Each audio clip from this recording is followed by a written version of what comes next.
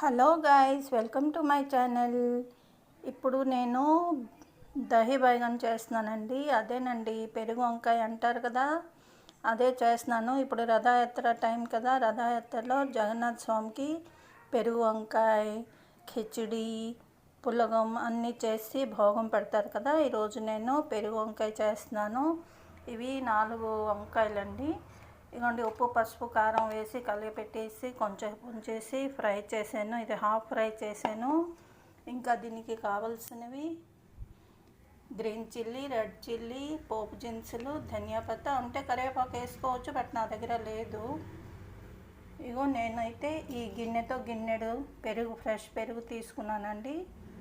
పులుపు తక్కువగా ఉండేది చూసుకోవాలి. ఇందులోని సాల్ట్, బ్లాక్ సాల్ట్ వేసి కలిపెట్టి ఉంచుకున్నాను. ఇక్కడ పోపు వేద్దామా. ఇప్పుడు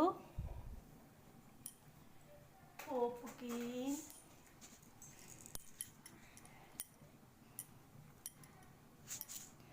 పోపు దినుసులు, green chilli, red chilli,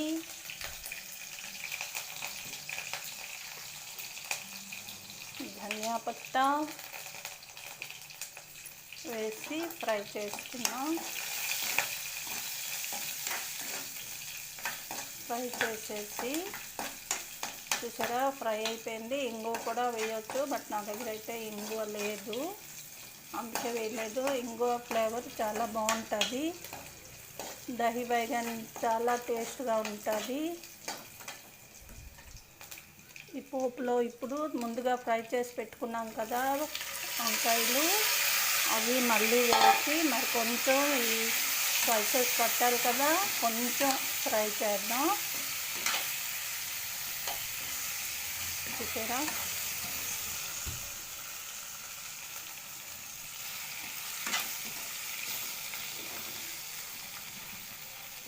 salt fry చేసేటప్పుడు వేసాం కదా, మరి అక్కర్లేదు. పెరుగులో కూడా కలిపాం కదా, అవన్నీ అడ్జస్ట్ చేసుకొని వేసుకోవాలి. ఇది చూసారా, పెరుగు ఇలా కలుపుకొని చూసుకోవాలి. ఇంకా ఎక్కువ నీళ్ళు వేసేస్తే పలుచగా అయిపోతే టేస్ట్ అంత బాగోదు.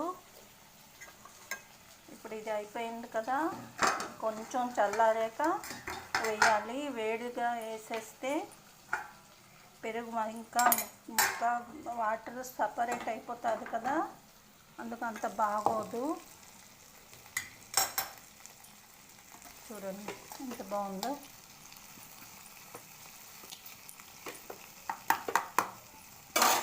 ఇప్పుడు ఈ వంకాయలు ఇందులో వేసేద్దాం.